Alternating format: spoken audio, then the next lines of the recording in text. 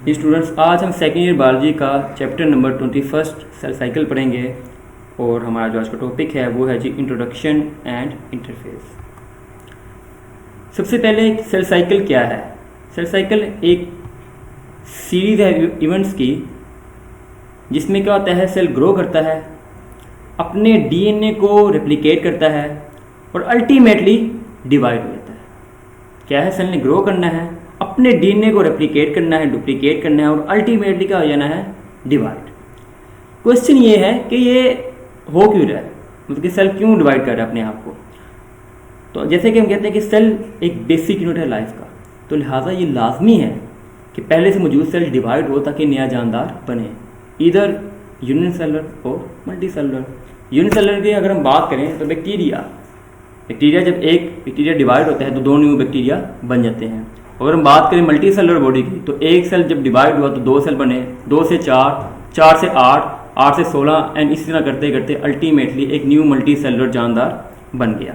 अब इसके दो फेजेज हैं, इंटरफेज एंड माइटोटिक फेज।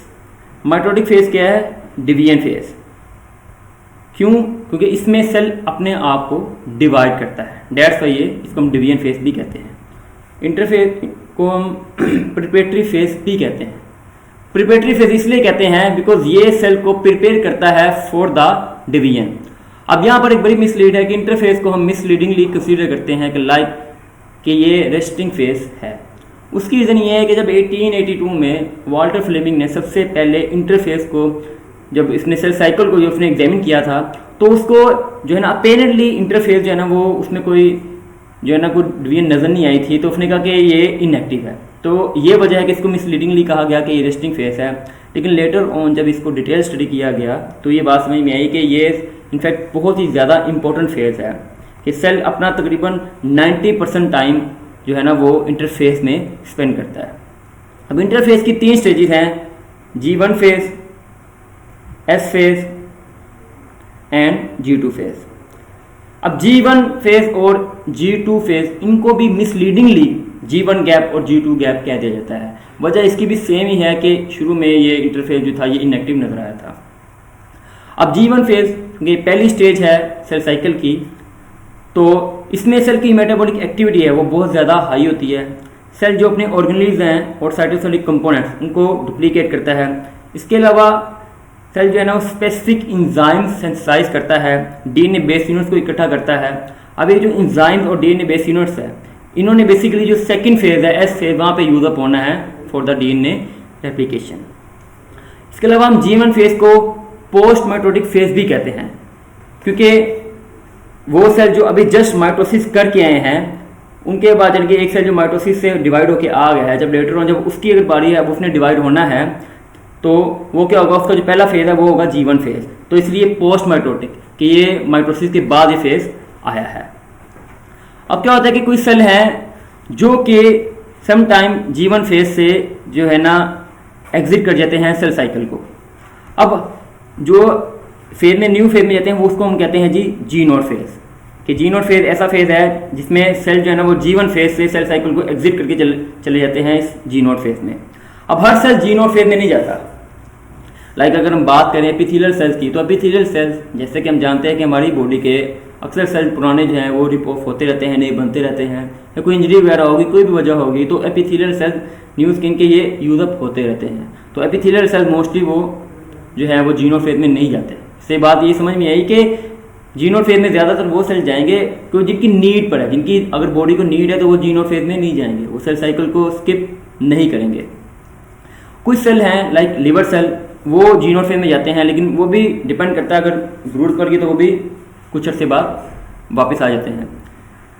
लेकिन कुछ सेल हैं जो कि लाइक नर्व सेल हो गए, वो अल्टीमेटली जो है ना वो अनलिमिटेड टाइम के लिए G0 फेज में जाते हैं। उसकी वजह सिंपल सी है कि हम कहते हैं कि नर्व सेल जो है ये मोस्टली जो है ना डिफ्रेंशिएट हो चुके होते हैं, इनको फर्दर डिफ्रेंशिएशन जो है ना इनकी वो जरूरत नहीं होती। और दूसरी बात वो भी ये भी है कि आफ्टर बर्थ जो अगर न्यूरॉन का कोई सेल इंसान का डैमेज हो, न्यूरॉन कट जाए तो बॉडी में बहुत कम चांसेस है कि वो दोबारा बन जाए, क्योंकि उसकी वजह ये कि उसके जो सेल है वो पहले ही अपने आप को उसके सेल जो है वो रेस्ट हो चुके होते हैं। अब second phase S phase, S phase क्या है, इसमें क्या है, डीएनए ने अपने आप को रेप्लिकेट करना है। एस फॉर सिंथेसिस, यहाँ पर डीएनए ने अपने आप को रेप्लिकेट करके एक नया अपना जो उसने क्रोमोसोम है वो उसने सिंथेसिस करना है, बनाना है।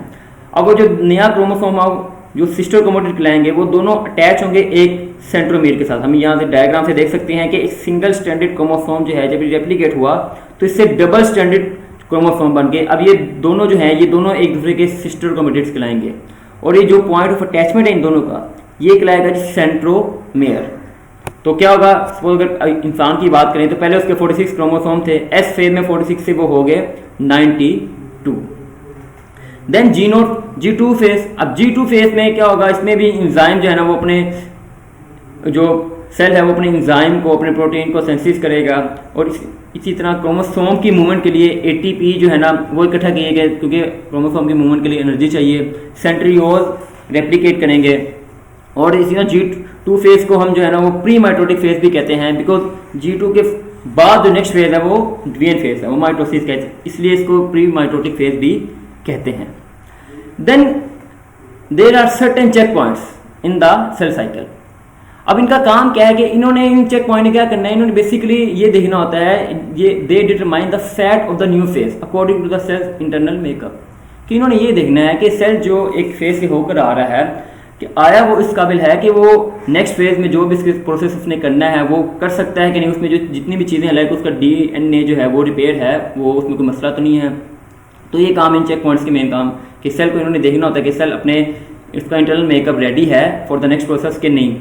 अब मेन जो है वो 3 चेक पॉइंट है जी, G1, G2 चेक पॉइंट और metaphase checkpoint. G1 checkpoint में क्या है कि ये G1 फेज के दौरान है कि इसमें अपने सेल के न्यूट्रंस चेक करने हैं, इसके ग्रोथ फैक्टर चेक करने हैं और ये चेक करना है कि इसका जो डीएनए है सेल का वो डैमेज तो नहीं है, क्योंकि मसला तो नहीं है। देन जब सेल जो है ना सेंसिटिव हो कि G2 फेज में आ गया और G2 फेज में अभी हमने जो डिस्कस किया है कि तमाम जो है सेल मुकम्मल तौर पर रेडी हो गया डिवीजन के लिए, कि उसके पास तमाम इंजाइम उसकी ज़रूरत के तमाम इंजाइम्स तमाम प्रोटीन उसके सेंट्रियोल रेप्लिकेट हो चुके हैं, उसके बाद इनफ एनर्जी आ गई एटीपी के फॉर्म में। तो अब G2 चेक पॉइंट ने एट दिन ये चेक करना होता है कि इन सब के साथ साथ सेल का साइज ओके है और जो रेप्लिकेशन हुई है वो प्रॉपर हुई है या नहीं। अगर हो गई है देन वो सेल चला जाएगा जी माइटोटिक फेज। जो थर्ड वन है मेटाफेज चेक पॉइंट, ये आता है जी between the metaphase and anaphase. इसको हम जब हम पढ़ेंगे मेटाफेज एनाफेज वहीं पे जाके इसको हम डिटेल में स्टडी करेंगे। एट द एंड क्या है कि ड्यूरेशन, सेल साइकिल की ड्यूरेशन जो है ये डिफरेंट काइंड ऑफ सेल में वेरी करती है। अगर हम बात करें एक ह्यूमन सेल की, सपोज के एम्ब्रियोनिक सेल की, तो उसमें तकरीबन जो सेल साइकिल का टाइम है वो तकरीबन होते हैं जी 24 आवर्स। इन 24 आवर में जो G1 फेज है वो तकरीबन उसको लगते हैं 9 घंटे, एस फेज को तकरीबन 10 घंटे, G2 फेज को तकरीबन 4.5 और जो माइटोटिक फेज है इसको सिर्फ 30 मिनट्स। तो इससे वो बात जो शुरू में मैंने की थी कि तकरीबन 90% सेल का टाइम जो है ना वो सिर्फ इंटरफेज में लग जाता है। तो इससे बात इस टाइमिंग से ये बात समझ में आ रही है। यीस्ट की अगर बात करें तो इसमें 90 मिनट्स लगते हैं ओवरऑल पूरे सेल साइकिल में। तो इसमें अब जो ड्यूरेशन है इससे मैं ये भी कंफर्म, अभी ये डिफरेंट सेल के लिए डिफरेंट है और डिफरेंट टाइम के लिहाज से। अब ये जो हमने 24 आवर्स पढ़ी है ये एम्ब्रियोनिक सेल में है जो रैपिडली प्रोलिफरेटिंग सेल है, हर सेल की सेम नहीं होगी। तो बेटा this is all about today's lecture. अगर कोई भी क्वेश्चन है तो you can ask in the comment section.